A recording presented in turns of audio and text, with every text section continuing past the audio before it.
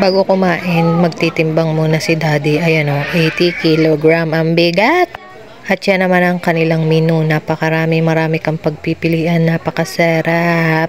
Oknis, bekenay men. Char. Yun ang mga tinda. Nandito kami ngayon sa Oknis. Tingnan nyo, yung aming in-order. Yan lang. Puro sabay. Puro sabay. Ay. Halit.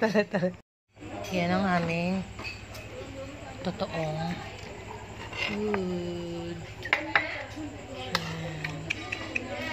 Dinner yan. Paano mo? Yan, aming food. Si Daddy, Kuya. So, kain tayo guys.